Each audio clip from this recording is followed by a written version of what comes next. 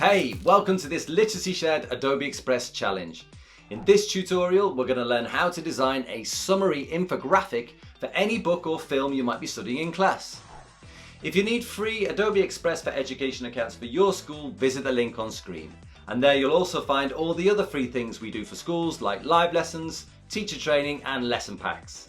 Let's get on with the challenge.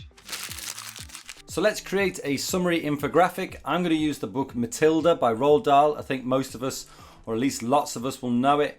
So let's click the plus here. I'm going to go down to flyer and give this a name. Now that we've renamed it so it's easier to find, first thing I'm going to do is go to background color here. I'll go for a custom one. I'm thinking, something like a light blue would be quite good. There we go, that'll do. And then the next thing is go to text. Add your text, and I'm going to put Matilda in. There we go. Okay. In terms of font, I've got one that I want. It's called Amatic. There it is. Nice. It capitalizes it, which is cool. And then also, I'm going to go down to shape here. I'm going to go down here to this one, so it's all across the page. I like that. And that color is absolutely fine. I like that one. Now, there's a couple of little things that you can change here. One is the position. And then one is also the angle that it sits on. That'll do for me. Maybe just a little bit higher. That's all good. Now, I'm going to also add some more text. I'm just going to put by Roald Dahl. Okay, now this one I'm going to make it dynamic because I want it to sit kind of on top of each other like in a little square. That's perfect. Take it up there. This one, let me just check. 10 degrees. That's how much we change the angle. Let's put that one on a 10-degree angle as well. And then we can kind of cozy it up if we need it, but I think more or less that's in the right spot. Great. Okay, next up what we're going to do is we're going to add in some different elements. So first of all, I'm going to go for media. I'll go to photos. I'll search it and I'll go to schoolgirl because I'm looking for Sophie. So it's never going to be the exact same thing that you might have seen in an illustration, for example, but that is a great representative image that we can use. Now I'm going to crop it down ever so slightly. We don't need all of that pink space at the side, and then just kind of move it into the corner there. That's brilliant. Hey, I hope you're having fun so far. Teachers, if you'd like a PDF mapping this activity to the NCCE Teach Computing curriculum, follow the link that's on screen now. Okay, back to the challenge.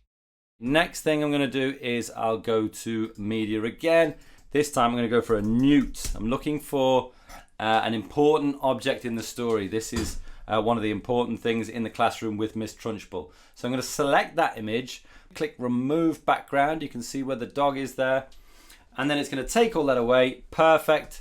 And then if I want to, I can use these buttons here to flip it vertically, flip it horizontally, maybe flip it vertically again. That's the kind of position I'm looking for.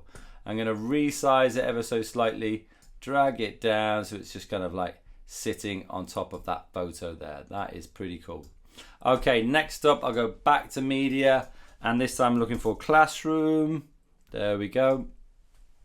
That first one is absolutely perfect, and I'll whack it in there, but I want to make sure that it goes behind not only my title but also the newt. So you've got this layer stack on the left hand side here. Drag this picture of the classroom down, the newt pops ahead, and then also the picture of Matilda will pop ahead too. There we go. Nice. Actually, you might want to change that so the Matilda is slightly behind. Cool.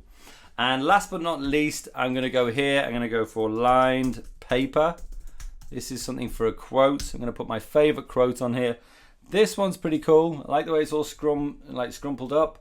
So let's go here, put it on a slight angle. You can use the sides to crop it in. You don't need all of this paper. Maybe you just straighten it up a little bit. Yeah, something like around about there. That is perfect. Okay, so first things first, let's put our quote, my favorite quotation on that piece of paper. So let's go to add your text, and then I'm just going to paste it in here. Now, I want the font to be different than the title and the author's name. So what I'm going to do is just going to put it into position.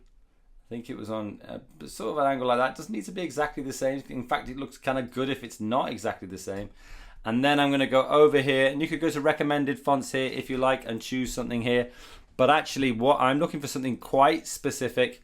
If I type in handwriting, there we go. I'm looking for this one, the Frank one. Great. Then you can play with the size of it, but actually they got the size quite nice there. So I'll just keep it there. That's cool. And now what I'm going to do is I'm just going to start labeling all of these different things. So let's go to text, add your text. First thing is important object. Okay, it's remembered what font I chose last time. So maybe I'll change it to a slightly different kind of handwriting style font. Put that one up there. I'm just going to click the 3 buttons there and click duplicate and then change the text for each of these sections.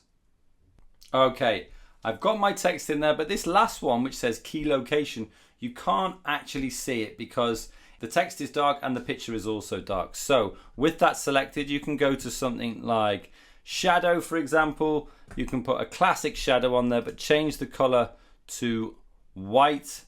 Maybe I'll make it smooth, see if that makes it any better. It's not amazing, to be perfectly honest, and why don't we put an outline on the text itself?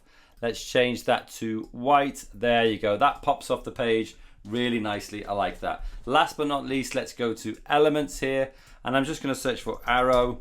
Let's go in design assets because they'll be a bit more sketchy, which is kind of cool. So I'll go 1, 2, 3, and 4. Now you can move these around however you like.